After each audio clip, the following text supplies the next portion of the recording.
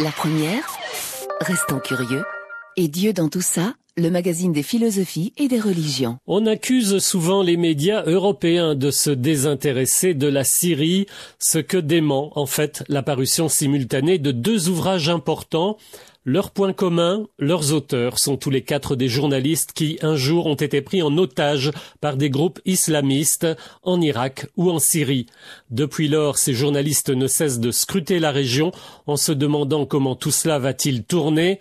Or, aujourd'hui en Syrie, la priorité n'est plus de faire tomber Bachar, mais bien de contrecarrer Daesh, autrement connu sous le nom de État islamique. Alors, comment en est-on arrivé là? Décryptage dans cette nouvelle édition de Et Dieu dans tout ça. Et Dieu dans tout ça, l'actualité des philosophies et des religions. C'est ce jeudi, devant la cour d'assises de Bruxelles, que s'est ouvert le procès de Rachid El Boukari. Ce ressortissant marocain en séjour illégal en Belgique est poursuivi pour avoir attaqué la mosquée Reda à Anderlecht en mars 2012. L'incendie qu'il avait allumé, après avoir menacé physiquement les fidèles, avait provoqué la mort de l'imam Abdellah Dardour. Cet événement a profondément secoué les différentes communautés musulmanes de la capitale, d'autant plus que l'accusé, lui-même musulman sunnite, avait reconnu avoir agi par haine des chiites. La mosquée Reda est en effet la principale mosquée chiite de Bruxelles et à l'époque des faits, la guerre civile débutait en Syrie. Le procès devrait durer une 12aine de jours. Rachid El Boukari risque la perpétuité. C'est en ce moment même que le pape François entame le 3e et dernier jour de son voyage officiel en Turquie. Un voyage risqué à tout point de vue car le climat n'est pas au beau fixe entre le Vatican et l'État turc. Et d'autre part, les risques d'attentats sont bien réels. À peu de choses près, le programme de François en Turquie ressemble à celui de Benoît XVI en 2006. Aucune grande célébration de masse n'est cependant prévue car les catholiques ne sont pas très nombreux en Turquie. Mais pour le pape, le plus important reste sans doute la visite qu'il rendra ce matin au patriarche œcuménique de Constantinople, Bartholomé Ier, lequel incarne, très symboliquement il est vrai, le leadership de l'ensemble du christianisme orthodoxe. Selon certaines sources, le pape avait envie de rencontrer des réfugiés syriens, et en particulier des chrétiens, mais le gouvernement turc n'était pas très chaud et n'a d'ailleurs pas donné son aval pour une extension du voyage papal vers l'est de la Turquie. Toujours à propos du pape, ce mardi, le gouvernement belge lui a donc adressé une invitation à effectuer une visite officielle dans notre pays. C'est à Strasbourg, ce mardi, que Charles Michel a pu rencontrer le pape et lui transmettre cette invitation surprise. Mais chez nous, cette initiative n'a pas entraîné que des réactions positives, y compris dans les rangs libéraux.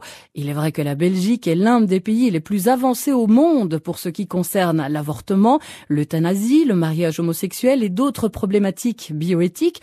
Or, le pape ne manque jamais une occasion de redire tout le mal que l'Église catholique pense de ces sujets.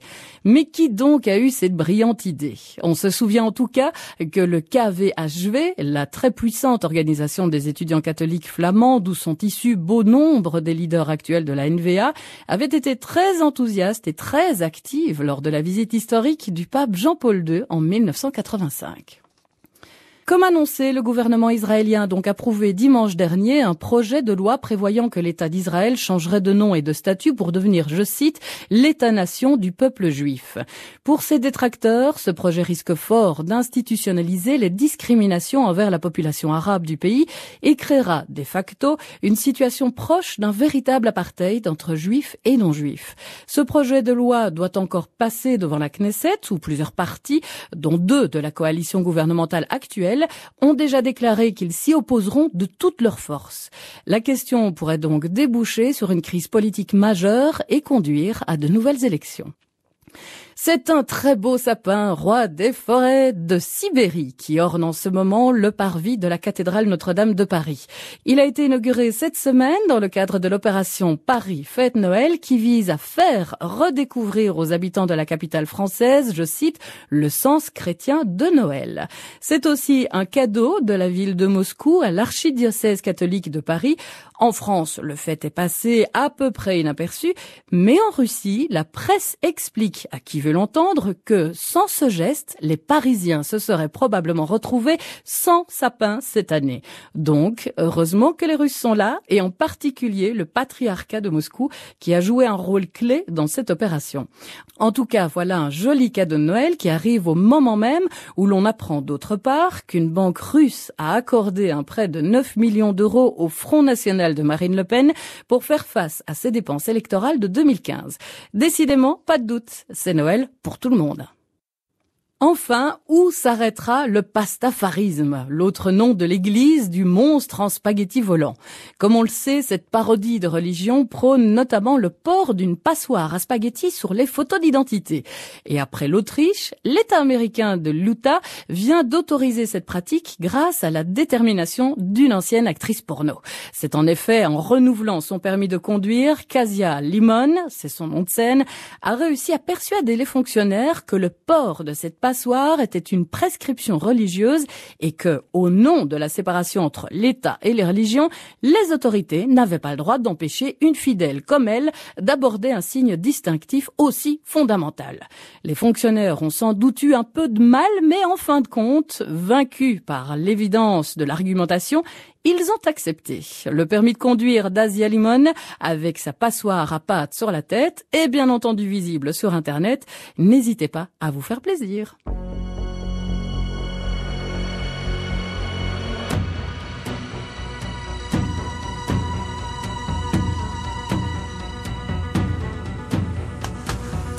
Et Dieu dans tout ça, le magazine des philosophies et des religions. Jean-Paul Eck. Il va bientôt y avoir 4 ans débuter donc ce qu'on a appelé le printemps arabe syrien, un bref mouvement de contestation qui allait rapidement céder la place à l'épouvantable guerre civile qui dure toujours aujourd'hui. Mais bien qu'il ait été depuis lors éclipsé par d'autres événements, on aurait tort de penser que le drame syrien n'intéresse plus du tout la presse européenne. En témoignent en tout cas 2 livres qui sortent simultanément ces jours-ci. Ils ont comme point commun d'avoir été écrits par 2 duos d'observateurs particulièrement qualifiés. Et tout d'abord, je salue Christian Chesneau et Georges Malbruno. Bonjour. Bonjour. Bonjour.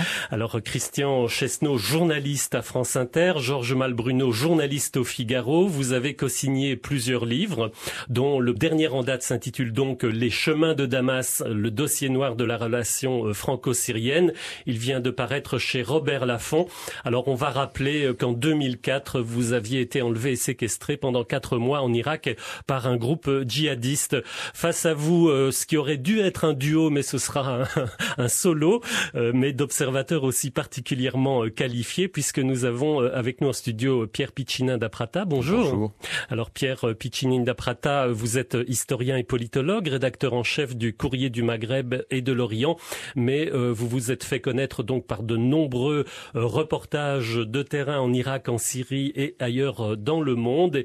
Et vous aussi, vous aviez été, disons, retenu entre guillemets dans les prisons de Bachar el-Assad en 2012. Et puis en compagnie de Domenico Chirico, donc journaliste au quotidien La Stampa, vous y êtes retourné notamment l'année dernière, un séjour qui s'est mal passé puisque vous avez été retenu en otage durant plus de 5 mois. Et c'est donc le récit de cette aventure que vous faites dans Le Pays du Mal, donc un livre qui vient de paraître chez l'Harmattan. Alors Georges Malbruno, on va commencer avec vous. Donc j'ai parlé d'un printemps arabe syrien, c'est-à-dire évidemment la vague de manifestations de mars 2012, mais nous devrions d'abord parler de ce qu'on a appelé le printemps de Damas, qui était tout autre chose et qui a eu lieu, lui, pratiquement 10 ans plus tôt, au moment de l'arrivée au pouvoir de Bachar el-Assad. Les 2 printemps, si on ose encore utiliser ce mot, sont liés en fait. Les 2 printemps sont liés parce qu'ils correspondent à 2 aspirations identiques à davantage de liberté. En 2000, lorsque Bachar el-Assad succède à son père Hafez qui meurt, eh bien, il y a effectivement un vent nouveau qui souffle à Damas. Des gens se réunissent dans des salons.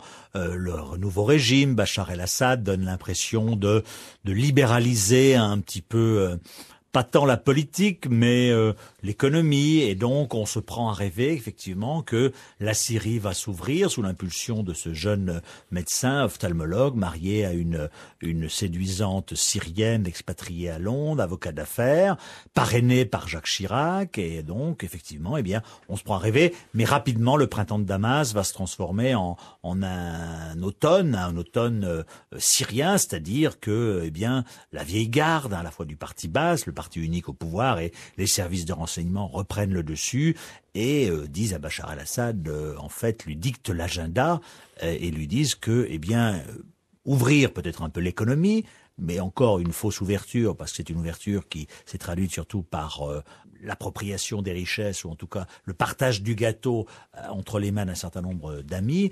Mais au plan politique, rapidement, il y a eu un verrouillage. Donc, et tout ça, si vous voulez, 11 ans après, en 2011, les gens s'en sont souvenus. Et lorsque les printemps arabes ont démarré, c'est ce qu'on rappelle, nous, au début de notre livre, en janvier 2011, moi j'ai écrit, s'il y a un pays dans la foulée de la Tunisie, de l'Égypte, du Yémen, qui doit être aspiré par ce printemps arabe, c'est la Syrie.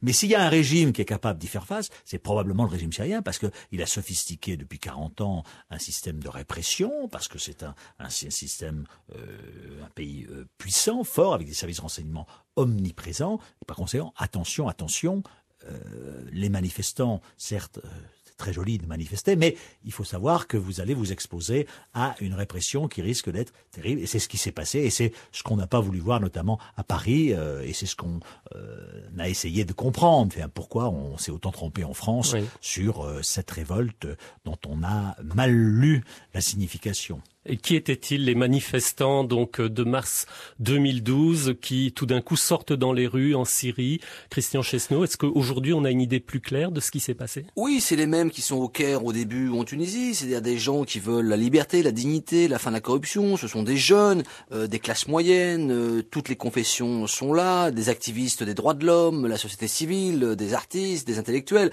Voilà, tous ces gens qui avaient un peu participé au printemps de Damas de 2000, sauf que très rapidement, et ce printemps va durer quelques mois. Éric Chevalier, l'ambassadeur de France sur place à l'époque, je l'ai dit, ça a duré 4 à 6 mois. Donc ça va commencer comme ça. Ce qu'il faut rappeler, c'est que les manifestants ne demandent pas la tête de Bachar tout de suite. Ils veulent des réformes, ils veulent respirer, ils savent que le régime est fort, donc ils s'attaquent pas tout de suite à Bachar. C'est pas tout de suite Bachar dégage. Mais assez rapidement, quelques mois, avec la répression féroce, les gens, parce que aussi les islamistes s'infiltrent très vite dans cette révolution, les frères musulmans ont un autre agenda, vont aussi, prendre en otage cette révolution, et donc on va avoir une confrontation très rapide entre le régime qui lui ne veut pas céder, qui sent qu'il y a un complot d'étrangers, que tout ça c'est des frères musulmans, que ça vient d'Arabie Saoudite, etc., et des manifestants au début donc pacifiques qui vont se faire déborder finalement par l'aile islamiste de cette révolution. Alors, on pourrait dire beaucoup de choses sur la situation en Syrie. Pierre Piccinini d'Aprata, vous revenez une nouvelle fois de Syrie. Il y a quelques semaines, vous y étiez encore. Quelle est la situation actuelle? Elle change pratiquement de jour en jour, mais quand même, il y a des choses qu'on peut discerner quand même. Oui, donc depuis, je dirais, août-septembre 2012, on a vu les islamistes s'imposer à peu près partout. D'abord des mouvements proprement syriens, Alep, Liwa al-Tawhid qui était assez modéré, et Jabhat al-Nosra évidemment. Oui. Jabhat al-Nosra qui a pris son temps avant de rejoindre l'État islamique, Daesh donc dans son acronyme arabe, et qui s'est d'ailleurs scindé partiellement. Quand nous avons été retenus, notamment dans ces 5 mois de prise d'otages, nous avons été gardés à un moment par une katiba de Jabhat al-Nosra. J'avais été plusieurs fois à Alep avec des combattants sur le front, avec des combattants de Jabhat al-Nosra. J'avais pas trop de problèmes avec eux, et quand nous avons été retenus, c'était tout à fait temporairement dans un mouvement dû à des bombardements, et nous avons été très très bien considérés par eux, très très bien traités par eux. Mais vos relations n'ont pas suffi pour vous sortir du piège? Non, malheureusement non. Nous étions aussi pris dans le siège d'Al-Qousser, donc pour eux c'était difficile de nous aider, mais le cheikh m'a dit oui, je connais tel commandant que tu connais, si je pouvais t'aider, je le ferais. Nous étions gardés par les brigades Al-Farouk, un mouvement un peu différent tout de même, islamiste, mais prétendument modéré, enfin un petit peu de banditisme aussi dans ce mouvement, c'est un peu compliqué de le définir. Mais donc à partir de 2012, on a ces mouvements islamistes qui gonflent et qui gonflent. Pourquoi ? Parce que l'Occident, pour dire les choses simplement, n'a pas assisté l'armée syrienne libre, qui était composée de laïcs, de représentants de la société civile très largement. Et dès lors, cette armée syrienne libre qui s'est mis en branle à partir du moment où le régime a commencé à réprimer, n'étant pas aidé, beaucoup de jeunes qui voulaient se battre ont décidé de passer dans les rangs des islamistes qui, eux, recevaient des financements, notamment des monarchies du Golfe. Alors, Georges ou bien Christian, je ne sais pas, effectivement, vous expliquez dans le livre que les Occidentaux, les Français en particulier, n'ont pas été avares de promesses, d'encouragement, mais pas tellement d'aide effective et certainement pas d'armes, Georges Malbruno. Oui, non, il y a toujours été effectivement, il y a toujours eu, notamment à Paris, cette envie de pousser ces jeunes vers la révolte, parce qu'on avait décidé que le régime de Bachar el-Assad allait tomber et il devait tomber, donc on les a encouragés, on les a vraiment couverts de promesses. Ça, c'était l'analyse du Quai d'Orsay, mais pas tellement des diplomates sur place. Alors, c'était l'analyse du Quai d'Orsay, c'était l'analyse de l'Élysée, c'était l'analyse aussi de l'essentiel de la presse, qui a repris cette analyse-là. Ça n'était pas l'analyse du poste de l'ambassade de France à Damas, de l'ambassadeur Éric Chevalier, des services de renseignement qui, eux, au cours des premiers mois, ont dit, attention, certes, il y a du monde qui manifeste, il y a une aspiration à plus de liberté, etc., mais il y a aussi un régime qui a une capacité de résilience, et donc attention, si vous dites que le régime est terminé, vous allez vous tromper, parce que dans 3 mois, il ne sera pas tombé. Et ça, ce discours, à Paris, on n'a pas voulu l'entendre, à tel point, on raconte dans notre livre cette scène absolument hallucinante, en juillet 2011, donc 4 mois après le début de la révolte, Éric Chevalier, ambassadeur de France à Damas, est convoqué à Paris, dans le bureau d'Hervé Latsou, directeur de cabinet d'Alain Juppé, ministre des Affaires étrangères. Il est confronté à Nicolas Gallet, qui est le conseiller Moyen-Orient de Nicolas Sarkozy, président de la République. Éric Chevalier vient de dire, écoutez, attention, il y a des prestations, mais il y a un régime qui est fort, donc soyez prudents, ne dites pas qu'il va tomber. Et Nicolas Gallet le cueille à froid, et il y a pendant 20 minutes une altercation, un pugilat verbal, à tel point qu'à la fin, Hervé Latsou est obligé de crier « halte au feu, halte au feu !» Et Nicolas Gallet dit « on ne veut plus entendre ce discours, tais-toi, le régime va tomber, le régime doit tomber. » Et à partir de là, eh bien, Éric Chevalier a compris qu'il fallait qu'il remette ses arguments dans son sac, et à partir de là, eh bien, on a construit, on a soutenu le Conseil national syrien, on a été les premiers à le reconnaître, on a bâti un monde qui est presque pas un monde virtuel, mais presque, parce qu'effectivement, ces représentants de l'opposition, qui sont des gens extrêmement sympathiques, mais représentaient pas grand-chose en termes local, etc. On n'a pas voulu, il fallait pas voir que derrière ce CNS, il y avait les frères musulmans instrumentalisés par leur allié, le Qatar, qui était aussi à l'époque notre allié. Eh bien, on a sous-traité le dossier aux Qatariens, et comme le disait Pierre tout à l'heure, ces gens, les Qatariens, ils ont aidé qui ? Ils ont aidé leurs amis. Leurs amis, c'est qui ? Ce sont des islamistes, des wahhabites, frères musulmans, etc. L'Arabie saoudite a fait de la même chose avec les salafistes. Et donc, on s'est retrouvé avec une rébellion qui s'est petit à petit islamisée, qui a reçu en permanence armes et argent, les islamistes, et à la fin, une armée syrienne libre, Selim Idriss, son chef, qui s'est retrouvé nu. Le paroxysme de ça, c'était en décembre 2013, lorsque, à Atmé, le QG de l'armée syrienne libre, c'est-à-dire les armes que l'armée syrienne libre avait réussi à avoir de bric et de broc à droite à gauche, eh bien, ont été saisies par les propres alliés, nos propres alliés, qui étaient les alliés de nos alliés qatariens et saoudiens, le front islamique, c'est-à-dire des islamistes, et qui ont saisi tout ça. Donc là, on était, à partir de ce moment-là, l'armée syrienne libre était devenue, ce qu'on disait nous à Paris depuis un certain temps, mais on disait non, tu exagères, etc. Voilà, on n'a pas voulu voir la réalité en face. Et comment expliquer cette cécité, Christian Chesneau ? Il y a plusieurs éléments.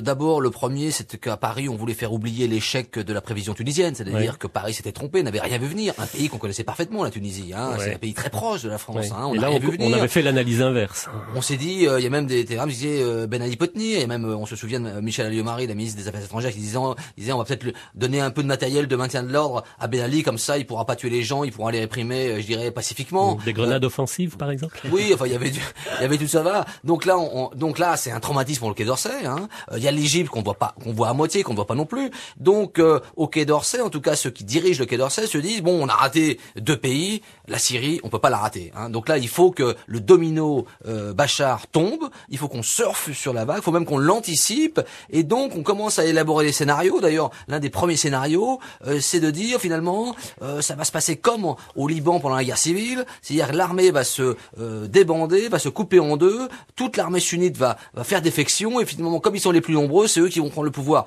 Évidemment, le scénario va pas se réaliser parce que la Syrie, c'est autre chose. C'est pas la Libye, c'est pas l'Égypte, c'est pas la Tunisie. C'est-à-dire, comme on l'a dit, c'est évidemment un clan, comment dire, un Bachar el-Assad qui est tout puissant. Mais c'est des communautés, c'est un appareil sécuritaire. C'est aussi un axe stratégique entre Téhéran, Bagdad, Damas et le Hezbollah. C'est des alliés de poids. La Russie, la Chine. Bref, le tableau est complètement différent. Sauf qu'on a voulu appliquer la même recette, ou penser appliquer la même recette, et on arrive maintenant à une impasse totale. Oui, une alliance, une sainte alliance chiite. Georges Malbruno, vous y croyez, vous? Ah ben oui, c'est un fait. Je veux dire, il y a quand même une réalité, c'est-à-dire l'Iran est le parrain du Hezbollah, l'Iran est un des principaux soutiens à Bachar el-Assad, l'Iran soutient le gouvernement chiite de Bagdad. Donc c'est pas une vue de l'esprit. Oui. Là où on se trompe, c'est que justement cet axe chiite, eh bien il est puissant, il est même plus puissant aujourd'hui qu'hier, puisque l'Iran ou ses alliés chiites viennent de prendre la main pratiquement sur le Yémen, grâce à l'intervention des Houthis, mais l'Iran, qui est l'acteur principal derrière tout ça, eh bien utilise cette carte pour peser dans une région qui est la sienne, sur laquelle l'Iran veut avoir un mot à dire, et avec les négociations nucléaires, mais l'axe chiite répond aussi à l'axe sunnite, et la Syrie est le champ clos de l'affrontement entre l'Iran et l'Arabie Saoudite, et on est dans une guerre régionale, on n'est plus comme au printemps ou à l'été 2011 dans un conflit local, on est dans un conflit régional, et dans lesquels donc s'affrontent l'Iran et l'Arabie Saoudite. Alors il faut espérer que si dans quelques mois il y a un accord sur le nucléaire entre l'Iran et les puissances occidentales, eh bien cet accord permettra d'apaiser ces tensions entre Iran et Arabie Saoudite. Et là, qui permettrait d'apaiser, je pense, un certain nombre de foyers de tension en Irak et peut-être en Syrie. Mais là, on est au cœur du problème, parce que la guerre aujourd'hui, c'est une guerre confessionnelle. On voit en Irak, et une des résultantes de cette guerre confessionnelle, c'est la monstruosité de Daesh, qui est non pas le fils illégitime de Bachar el-Assad, comme on dit en France, mais qui est quand même la résultante d'une oppression de la minorité sunnite en Irak par Maliki. Et donc, pour vaincre Daesh, il faudra aussi, répondre aux aspirations politiques de ces sunnites, aussi bien en Irak qu'en Syrie, ou voire même au Liban. Voilà. L'irruption de Daesh, Christian Chesneau, est-ce que c'est quelque chose dont on aurait pu deviner, en fait, les prémices depuis un certain temps, ou bien c'est une surprise stratégique qui a vraiment pris de court tout le monde? La surprise stratégique, c'est la rapidité de l'offensive. Mais les signes avant-coureurs étaient là. C'est-à-dire que les Américains, d'ailleurs, dès 2012, commencent à repérer les gens à Fallujah, parce qu'ils sont passés par leur prison, les gens à Homs, parce qu'ils s'aperçoivent que finalement, à Homs, on retrouve des gens qu'ils avaient capturés à Fallujah, ça va jusqu'à Tripoli, donc ils sentent quand même, il y a un bouillonnement. Ce que les Français ne voient pas ou font mine de ne pas voir. C'est-à-dire que les Américains, très vite, perçoivent ce danger djihadiste. D'ailleurs, ils sont des premiers, à l'automne 2012, à mettre le Front el-Nusra sur la liste du terrorisme. Et les opposants, d'ailleurs, même les opposants qu'on soutient, nous, les Français et les Occidentaux, disent ne mettez pas Nusra, c'est des combattants, des résistants, des combattants de la liberté. Très vite, les Américains ont une vision peut-être plus fine, parce qu'ils ont peut-être plus d'informations. Oui. Alors justement, est-ce que l'ennemi numéro 1 de tout le monde maintenant, enfin de tout le monde, presque tout le monde, c'est Daesh, effectivement, c'est la priorité numéro 1 pour la plupart des pays occidentaux, mais aussi un certain nombre de pays de la région qui sont quand même très affectés par cela. Pour la France, c'est clair, comme l'a dit Christian, pour les États-Unis, number one, c'est Daesh. Pour la Turquie et la France, c'est Daesh et Bachar el-Assad. Pour la Turquie, c'est Bachar el-Assad, les Kurdes et Daesh vient en 3. Pour l'Arabie Saoudite, c'est probablement Bachar el-Assad et Daesh en même temps, etc. Donc on voit que toute cette coalition, elle a des arrière-pensées et elle est bâtie un petit peu sur un socle qui est assez mouvant, et c'est ce qui fait que ce sera très difficile parce qu'il y a des arrière-pensées. Oui. Pierre Piccinini d'Aprata, quelle est votre vision de la situation sur place, notamment dans la galaxie islamiste? Alors Daesh, on en parle partout pour l'instant, mais il reste quand même d'autres organisations. On a parlé de Jabhat al-Nusra qui reste là, ou bien qui est aspiré dans l'orbite de Daesh. Alors, ce qui a été assez surprenant, c'est comme l'a dit Christian tout à l'heure, on voit très très rapidement Daesh s'implanter. Ça a été personnellement, moi, j'avais rien vu venir de ce côté-là, et je pense qu'il y a pas grand monde qui avait vu venir l'affaire. Mais une fois que c'est en route, beaucoup d'organisations se rallient à Daesh, à l'État islamique. On avait vu ça avec Domenico comme on l'écrit dans le livre, lorsque nous avons été déplacés. Nous avons été beaucoup déplacés, et souvent à l'air libre. Et on voyait ça au checkpoint, comment il y avait une radicalisation des mouvements islamistes, et également une fusion progressive, puisque finalement l'État islamique se mettait en place à l'époque où nous étions nous otages en Syrie.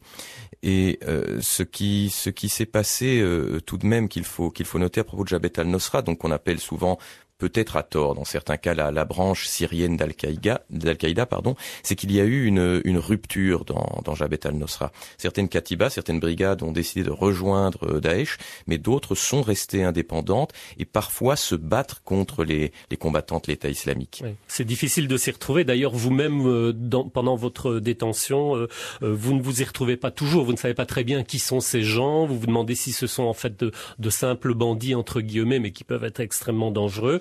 Est-ce qu'ils font vraiment partie de l'ASL, ou bien est-ce que ils se donnent à connaître à vous comme étant des gens des forces, je dirais, régulières syriennes au départ, hein? Ils disent que ce sont des policiers du régime, mais finalement, est-ce qu'on sait vraiment qui est qui, ou est-ce que les alliances sont mouvantes? Est-ce que par exemple l'ASL ne serait pas aujourd'hui en train de se désagréger, de disparaître? En fait, c'est un commandant de l'ASL bien précis, Al-Qousser, qui nous a trahis, parce que l'ASL a été constituée de briques et de brocs, avec des groupes qui se sont constitués, de citoyens qui sont constitués ici et là. Par contre, les mouvements islamistes sont beaucoup plus structurés. C'est vrai qu'ils sont myriades, Liwa al-Tawhid, Liwa al-Haq, Soukour al-Sham, Ar-Sham, etc., Jabhat al-Nusra, mais ils se sont justement, dans cet État islamique, ils se sont quasiment tous fusionnés et coordonnés beaucoup mieux. Je crois que c'est ça le succès de l'État islamique, c'est d'avoir coordonné ces mouvements en Syrie, mais également à travers tout le monde arabe.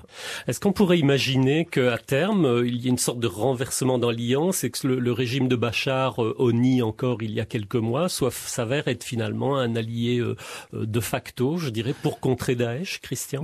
Il y a un peu à la fin du livre, on évoque un petit peu cette perspective, notamment le général Rondeau qui fait la préface du livre, dit finalement est-ce que à un moment donné il ne faudra pas renouer d'une certaine manière, hein, même sous la table avec Bachar el-Assad, même si on déteste ce régime. Les Français l'ont déjà fait d'ailleurs. Hein. En décembre 2013, ils envoient une délégation de la DGSE des CRI à Damas pour essayer de reprendre l'angle. Ils sont allés à Canossa, comme vous dites. Ah oui, c'est une humiliation totale. C'est-à-dire qu'après avoir traité Bachar quasiment de nouvel Hitler, de l'avoir voué aux gémonies, on se souvient Fabius qui dit Bachar ne mérite pas d'exister sur Terre. On va discrètement à Damas, décembre 2013, voir si on peut échanger quelques listes de noms de djihadistes. Évidemment, les Syriens disent vous êtes gentils, mais commencez par ouvrir l'ambassade. Donc finalement, le dialogue n'aura pas lieu et la coopération va s'arrêter là. Mais c'est vrai que pour les Américains, eux, ils ont déjà fait le choix. C'est-à-dire qu'ils savent que le numéro 1 des ennemis, c'est Daesh, et en 2, Bachar.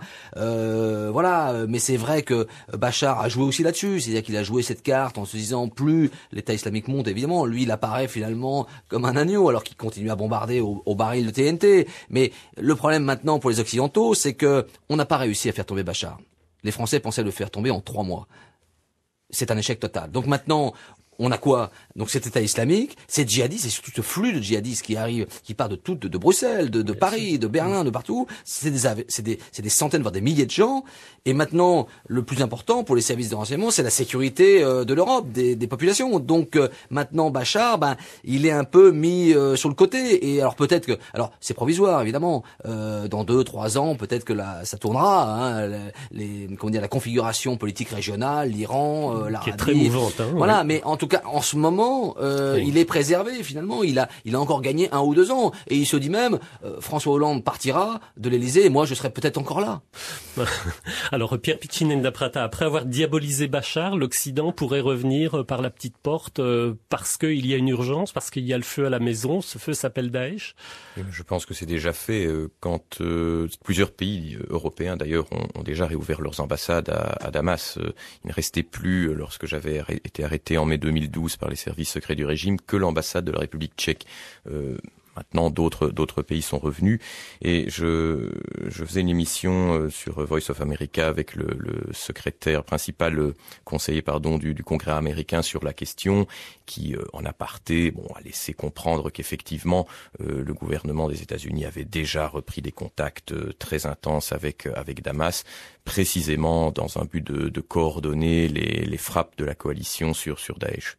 Moi, je pense qu'effectivement, à court terme, Bachar a sauvé sa peau, mais il y a probablement, côté américain, une volonté déjà via les Irakiens de renouer un peu au plan de la sécurité. Mais je pense quand même qu'à long terme, ce régime en a trop fait et n'a pas d'offre politique pour lui permettre de renouer avec sa population. Donc c'est vrai que les Américains pour l'instant sont pragmatiques, l'objectif numéro 1 c'est Daesh, donc et ils le disent, on voit bien que dans les efforts notamment faits par les Russes pour essayer de relancer un processus politique, les Américains ont discrètement dit aux Russes: on n'exige plus le départ de Bachar al-Assad, contrairement à ce qu'on exigeait dans le processus de Genève, etc. Et je crois que c'est la réelle politique, parce que si vous entamez une négociation et puis que vous dites à votre ennemi en face, on veut pas de toi dès le début, cet ennemi il vient pas à la table des négociations. Donc les Américains ont compris, mais je pense que on en revient toujours au départ. Et le rôle de la France était important à ce moment-là. Qui a entre les mains le sort de Bachar el-Assad? Ce sont les Russes, ce sont les Iraniens, et voilà, et peut-être les Américains.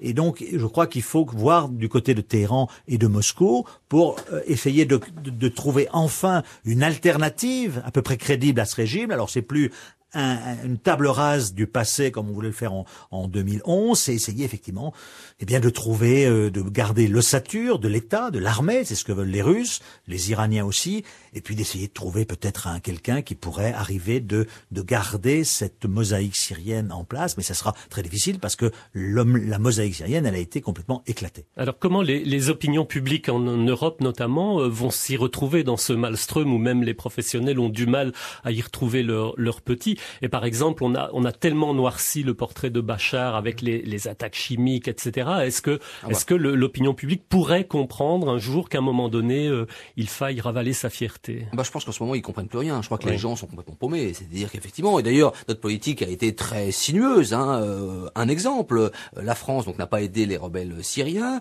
On a aidé les Kurdes irakiens, les Peshmerga quand Daesh est arrivé. Puis on n'a pas aidé les mêmes Kurdes syriens parce que c'est des mauvais Kurdes proches du PKK.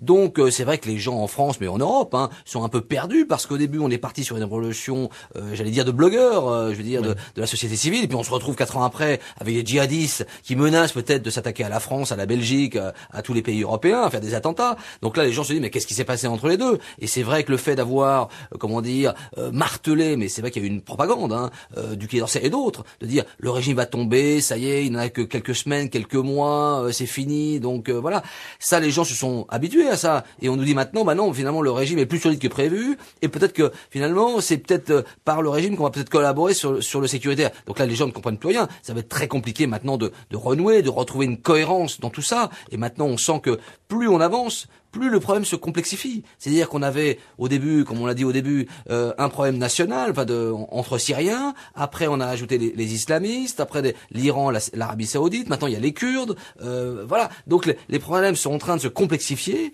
et on voit mal la situation arriver.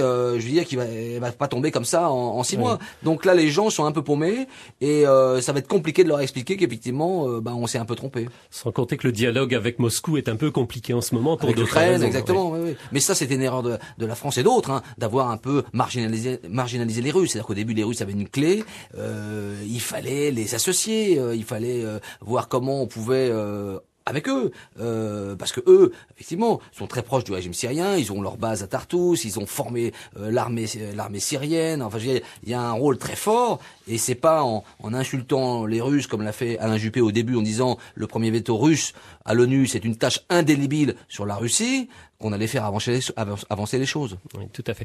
Alors maintenant, qu'en est-il du sort éventuellement des chiites, notamment des alaouites en Syrie, hein, qui forment une communauté à part, qui a été longtemps marginalisée, voire méprisée par la majorité sunnite. Est-ce que, en cas de chute, et c'est une question classique, hein, en cas de chute du régime Bachar, est-ce qu'on ne risque pas de se retrouver avec de nouveaux massacres, de nouvelles tragédies qui toucheraient d'autres personnes? Oui, les massacres ont déjà commencé. À l'été 2013, il y a eu quand même un massacre assez important d'Alaouites dans les villages au-dessus de l'Ataquié. Il est évident que si le régime tombe, c'est d'ailleurs pour ça que les Américains, la CIA, le Pentagone ne le souhaitent pas, si le régime tombe de manière abrupte, ça sera au bénéfice de Daesh et des autres islamistes, et ça se traduira par des massacres d'Alaouites et d'autres dans le Wadi al-Nassara, la vallée des chrétiens près du Krach des Chevaliers. Toutes ces minorités qui sont exposées, mais vraiment de manière ostensible avec leur régime, paieront un prix très fort. Donc là, effectivement, il faut essayer d'éviter ça. Et alors pour les Alaouites, si vous voulez, c'est compliqué parce qu'il y a le poids de l'histoire.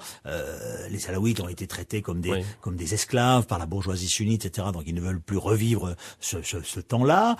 Ils soutiennent Bachar el-Assad parce que ils sont dans le même bateau et ils savent que c'est une lutte pour leur survie. Je suis pas sûr que au fond d'eux-mêmes ils approuvent la manière dont Bachar el-Assad a géré le conflit. Je pense même le contraire, parce que les villages alaouites sont vidés de leur population, parce que le régime syrien, même si on l'a dit, a réussi à se maintenir, à consolider son pouvoir sur ce qu'on appelle la Syrie utile, il manque cruellement d'hommes. Et c'est pour ça que le Hezbollah le renforce, les Iraniens, les milices chiites irakiennes, etc.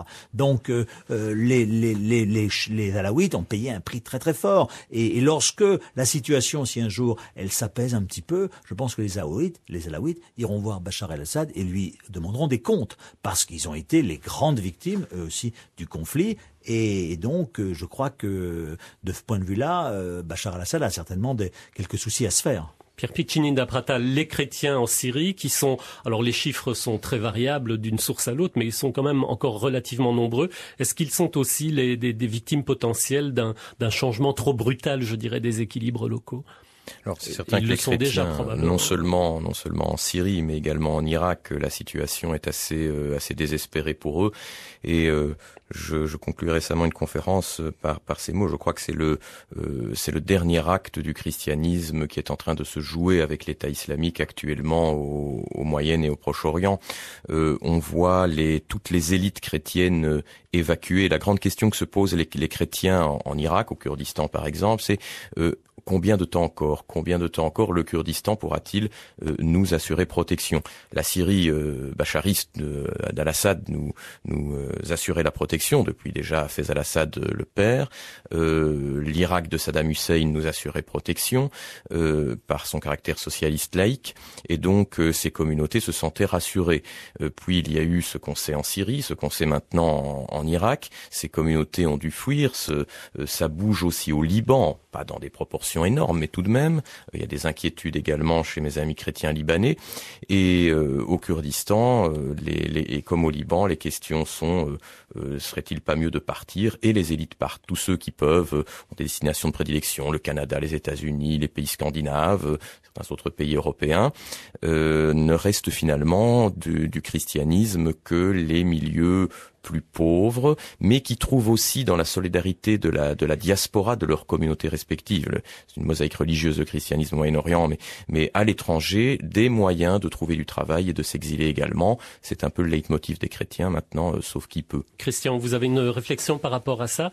Les chrétiens qui ont parfois été considérés comme des go-between entre les divers acteurs de la région, aujourd'hui sont dans une situation très difficile. Ils se sont sacrifiés, mais il n'y a pas que. On a parlé des Yazidis aussi, qui ont été. Il y a une purification ethnique de toutes les minorités. C'est-à-dire que là, il y a effectivement le problème, c'est dans cet extrémisme sunnite qui veut tout éradiquer autour de lui. C'est-à-dire qu'il n'y a plus d'altérité. Donc pour les chrétiens, c'est très compliqué. Et c'est vrai que le drame a commencé en 2003 avec l'invasion anglo-américaine en Irak. C'est-à-dire que et c'est un petit peu là le nœud du problème avec Daesh et tout ce qui s'en est suivi. C'est-à-dire que on a promis une démocratie. En Irak, avec des élections, les droits de l'homme, etc. Et finalement, 10 ans plus tard, ça se marque par le quasi-départ de toute la communauté chrétienne. Donc finalement, les chrétiens n'ont rien gagné finalement à la démocratie. Et c'est pour ça qu'au début, quand les Français disaient aux chrétiens de Damas et de Syrie, lâchez le tyran Bachar, vraiment désolidarisez-vous de ce régime, ils étaient un peu, c'est pas qu'ils soutenaient Bachar, mais ils étaient un peu réticents parce qu'ils ont vu leurs frères, leurs cousins en Irak, ce qui s'est passé après. Et lâcher la proie pour l'ombre, pour eux c'était pas rassurant, et c'est pour ça qu'il y a eu des réticences, et qu'ils n'ont pas voulu comme ça, parce que les Occidentaux font des belles promesses, parlent beaucoup, et finalement lâchent leurs alliés au premier coup de vent. Donc c'est pour ça qu'ils étaient prudents, et maintenant ils sont un peu prisonniers de la situation. On verra ce qui va se passer, mais c'est vrai que pour eux leur avenir est pas du tout assuré. Oui, d'accord. Alors comment voir, je ne sais pas, vos deux livres présents dont on parle présentement sont assez pessimistes. Ils racontent aussi, notamment pour le vôtre, Pierre Piccinini Prata, votre parcours d'une manière très détaillée. On va pas entrer là-dedans maintenant, mais donc les livres sont relativement pessimistes. Mais est-ce que vous voyez quand même une porte de sortie, Georges Malo-Bruno, ou bien c'est un constat Je pense que la seule noir. porte de sortie qu'on puisse entrevoir aujourd'hui, c'est un accord entre l'Iran et l'Occident sur le nucléaire, qui, là, ce serait vraiment un Big Bang qui, une fois encore, devrait permettre d'apaiser un certain nombre de foyers de tension, même si on dit que le dossier nucléaire doit être dissocié du dossier irakien, syrien, etc. Mais tout est lié. Tout est lié. Il est évident qu'après, s'il y a un accord, il y aura des conséquences sur la relation entre l'Iran et l'Arabie Saoudite. Ça a déjà un peu commencé. Il y a eu des visites. Bon, voilà. Et à partir du moment où il y a un apaisement du conflit confessionnel chiite-sunnite, on peut entrevoir des solutions à la fois en Irak, peut-être en Syrie et ailleurs, et les Iraniens, rassurés sur leur rôle dans la région, pourraient envisager, ils ont un plan en Syrie, pourraient envisager peut-être de lâcher Bachar el-Assad. En tout cas, les choses sont ouvertes. Mais tant qu'on est dans une polarisation à la fois, je dirais, chiite, sunnite, Iran, Arabie Saoudite, eh bien, les choses ne peuvent pas bouger avec Daesh, etc. Et on ne peut pas, on ne peut pas être optimiste, c'est évident. Mais donc, la seule petite lueur, c'est ça. S'il y a cet accord, et je pense que ça peut, là, ce sera un accord historique, et qui aura des conséquences également historiques. Et là, je pense que, on peut peut-être revenir dans un an et évaluer déjà les conséquences qu'un tel accord pourrait avoir. Alors j'espère qu'on vous reverra avant un an, bien sûr, mais ceci dit, est-ce qu'il n'y a pas un petit problème, Christian Chesneau, c'est que Israël ne veut pas entendre parler d'un accord avec Téhéran? Oui, mais Israël est dans une rhétorique, c'est-à-dire que Israël a besoin d'ennemis, Israël a la bombe nucléaire, une centaine de têtes nucléaires, c'est le seul État vraiment qui a la bombe dans la région. Donc Israël, évidemment, fait tout pour empêcher un accord. Les dernières déclarations de Netanyahou, surtout ne signez pas, ne signez pas, ne signez pas. Sauf qu'à Washington, Barack Obama a envie quand même de marquer son deuxième mandat par un grand succès de politique étrangère, comme l'avait fait Carter avec les Camp David, comme Clinton l'a fait avec les accords d'Oslo. Donc il a envie de faire quelque chose. Donc lui, et puis il y a un lobby industriel, c'est-à-dire que l'Iran, faut pas oublier, 80 millions d'habitants, tout à fait, un pays très riche, du pétrole, de l'argent, du cash. C'est des avions, c'est des Boeing, c'est des centrales. Donc là, il y a un gâteau dans le contexte de récession mondiale où les marchés se rétrécissent. Il y a déjà des sociétés américaines qui commencent à faire le pied de grue à Téhéran. Donc voilà. Mais voilà, si l'accord est conclu, ça veut dire que, l'Iran est dans les clous. C'est-à-dire que l'Iran aura son programme nucléaire, mais contrôlé, et il y aura des garanties. Donc à partir de là, effectivement, mais c'est vrai que pour Netanyahou, qui joue sur la peur et qui joue sur les fantasmes, il faut des ennemis. C'est vrai que pour lui, ça lui coupe un petit peu l'herbe sous le pied. Je pense que dans l'établissement israélien, les généraux, les services de renseignement, eux savent très bien que la menace iranienne n'est pas crédible. C'est-à-dire qu'ils bombarderont pas Israël parce qu'ils savent que au moment où ils commencent à penser ça, ils vont être rayés de la carte. Donc voilà, donc il y a beaucoup de rhétorique. Il faut apaiser les choses. Et c'est vrai que je suis d'accord avec Georges. Un accord avec l'Iran ouvrirait plein d'opportunités. Alors ça serait peut-être compliqué, pas rapide, mais ça ouvre quelque chose. Pierre Piccinin d'Aprata, on va terminer avec vous arbitrairement. Bon, vous revenez du terrain une nouvelle fois. Hein. Je ne sais pas combien de fois vous avez été en Syrie, en Irak. Mon 11e voyage. 11e voyage, et pas la peur au ventre. On sait toujours, évidemment, surtout quand on a vécu 5 mois comme otage, quelque chose de stressant que d'entrer dans ce pays. Mais on vérifie les choses beaucoup plus précisément maintenant et on essaye de partir avec des structures beaucoup plus solides et officielles si possible. Comment les Syriens, monsieur et madame tout le monde, si tant est que ça existe encore, voient-ils leur avenir? Là, on vient de faire des grandes spéculations géopolitiques, géostratégiques. Eux, comment voient-ils ça? Comment vivent-ils ça? Je ne vais pas parler des Syriens parce que, oui, comme l'a dit Georges Malbruno, la Syrie, c'est un ensemble de communautés très très compliquées. Je vais parler de la majorité sunnite et des sunnites, je vais dire, qui ne soutiennent pas les islamistes qui sont en train de ravager le pays pour le moment. Ceux que je connais, mes amis, il y a un tout petit point sur lequel je ne suis pas d'accord avec vous, Georges, c'est la question de l'ASL. Je pense que l'ASL a existé. Et elle a existé, en tout cas dans la région d'Alep, beaucoup plus encore qu'ailleurs. Elle a existé, je ne sais pas qu'elle n'existe pas, mais elle a rapidement été spoliée. Et était assez structurée à un moment. Si on l'avait soutenue, je crois qu'elle aurait pu se développer.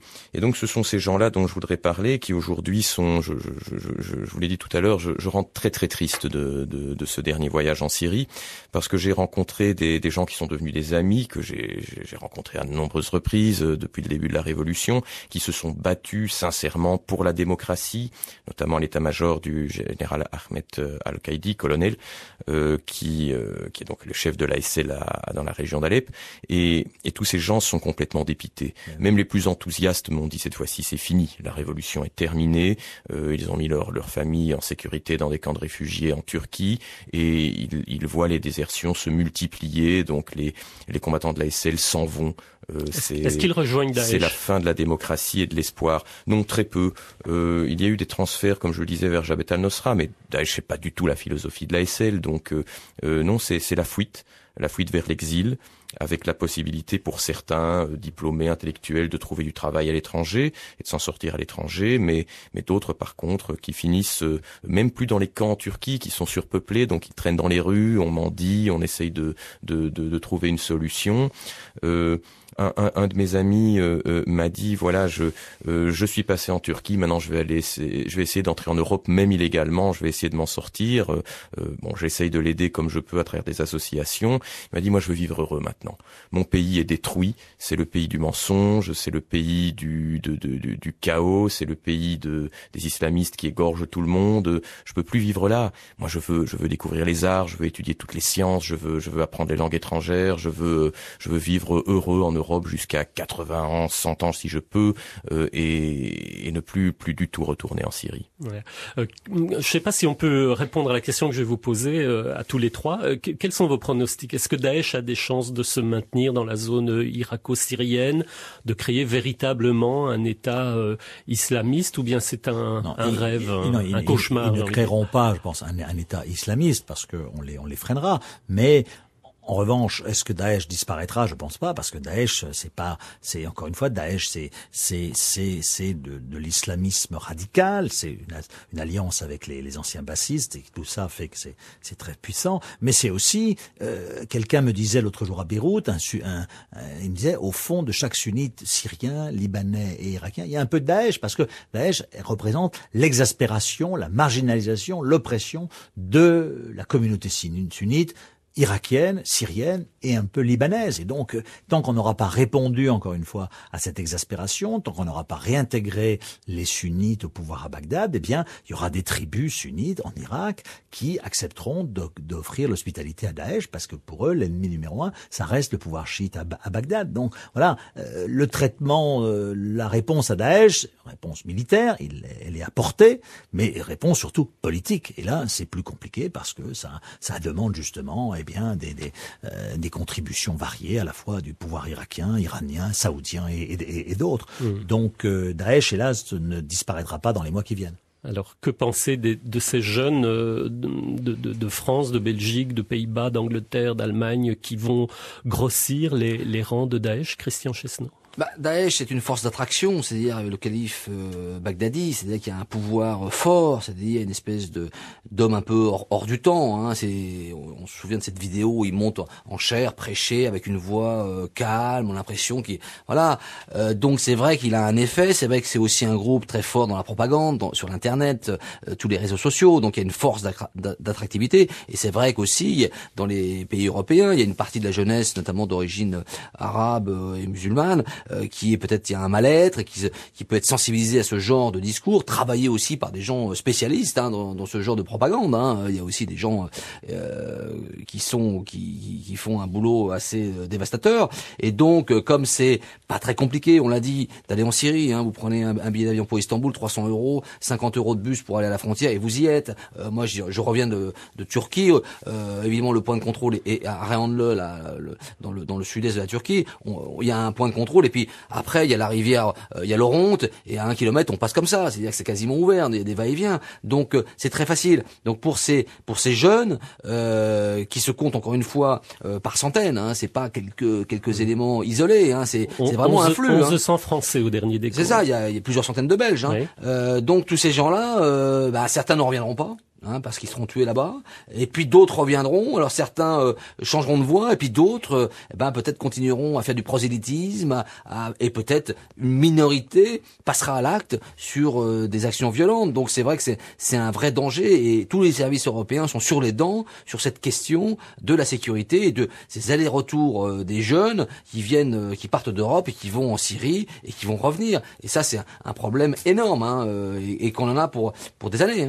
Nos invités pour cet échange sur la Syrie étaient donc Christian Chesneau, journaliste à France Inter, et Georges Malbruno, journaliste au Figaro. Ils viennent de publier ensemble Les Chemins de Damas, le dossier noir de la relation franco-syrienne. C'est aux éditions Robert Laffont. Face à eux, nous recevions également Pierre Piccinini da Prata, rédacteur en chef du Courrier du Maghreb et de l'Orient et auteur avec le journaliste italien Domenico Chirico d'un livre intitulé Le Pays du Mal, qui quant à lui vient tout juste de paraître aux éditions de l'Harmattan. La semaine prochaine, dans Et Dieu dans tout ça, autre sujet d'une brûlante actualité, puisque nous nous interrogerons sur la ville de Jérusalem et son statut dans les théologies juives, musulmanes et chrétiennes. Pour en savoir plus, je vous donne d'ores et déjà rendez-vous ici même dimanche prochain, le 7 décembre, à partir de 11h. Mais tout de suite, voilà, bien entendu, la librairie francophone. Excellent dimanche sur La Première. Jean-Paul Eck. Retrouvez Et Dieu dans tout ça, le dimanche de 11h à midi. La Première.